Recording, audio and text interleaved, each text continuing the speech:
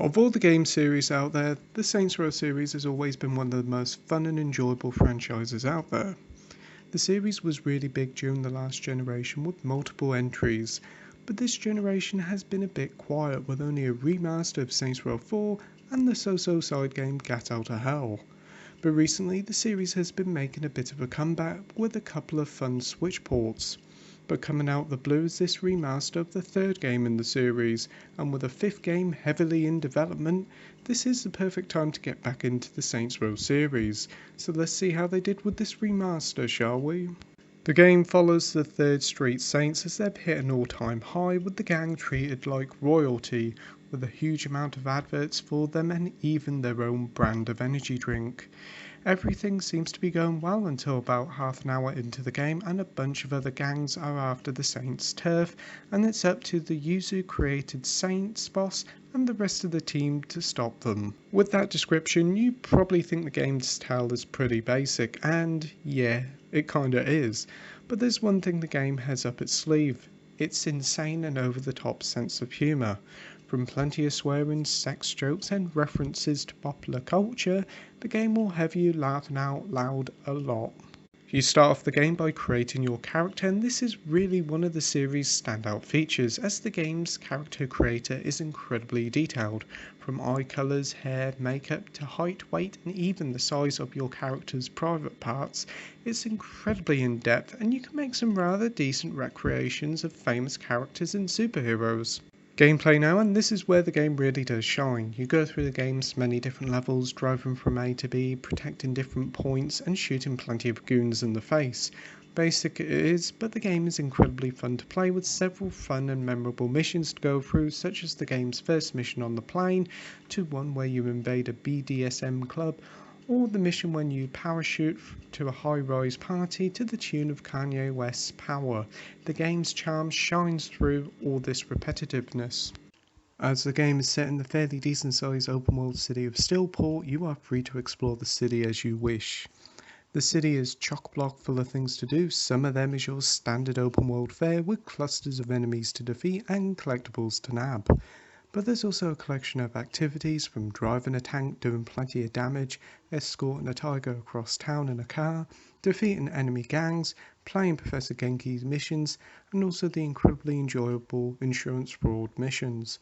A lot of this open world stuff is typical open world 101 stuff, but the game is an utter blast, and sometimes just doing nothing like cruising around in the city in a fast car, listening to the awesome soundtrack, is fantastic enough.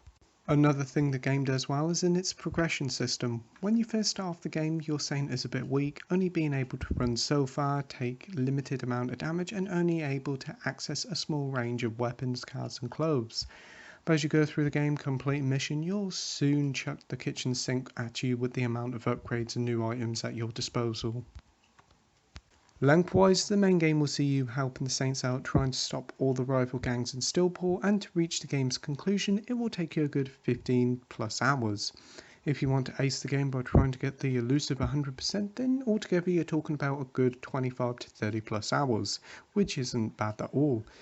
As this is a remaster of the original game, it also comes bundled in with all the game's previously released DLC on the disc, with hordes of costumes, weapons and vehicles, as well as a couple of story DLC packs called The Trouble with Clones and Gangsters in Space to add another few hours of fun to the game.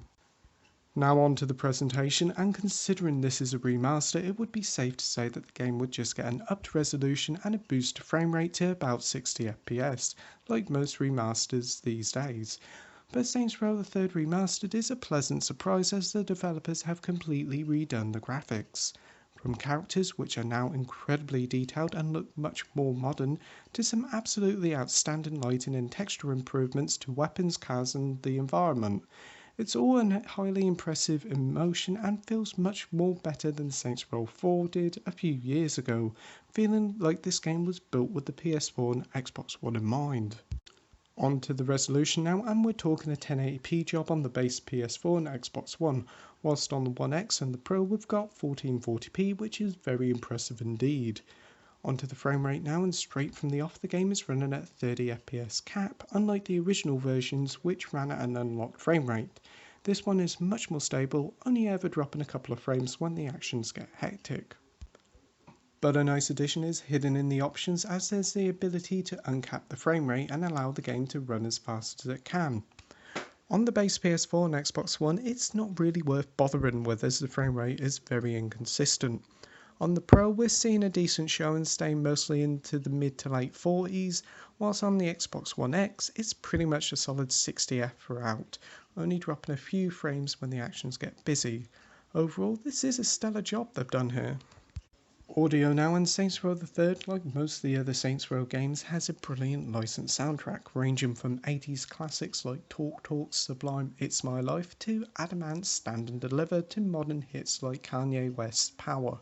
It's a great mix of songs for all sorts of different tastes, and a nice inclusion that is during specific times in the game a certain tune bouts out from your speaker, like the as mentioned Power and Bonnie Tyler's Holding Out for a Hero. As for the voice acting, it's a pretty top-notch cast, with all the actors sounding like they had a whale of a time doing their roles. Conclusion time now, and Saints Row the Third Remastered could have been a by-the-numbers remasters, just doing the bare minimum to get a quick buck. But thankfully, the developers have gone out their way and spruced up everything to make it feel much more at home on current-gen consoles, with a game that can look gorgeous at times. It's really impressive. Yes, the game is very repetitive and starting to show its age a bit in the gameplay department, but it's an utter blast and a perfect appetizer for Saints Row 5 whenever it does come out. So with that, I'm giving Saints Row the Third Remastered an 8 out of 10 with the title of great.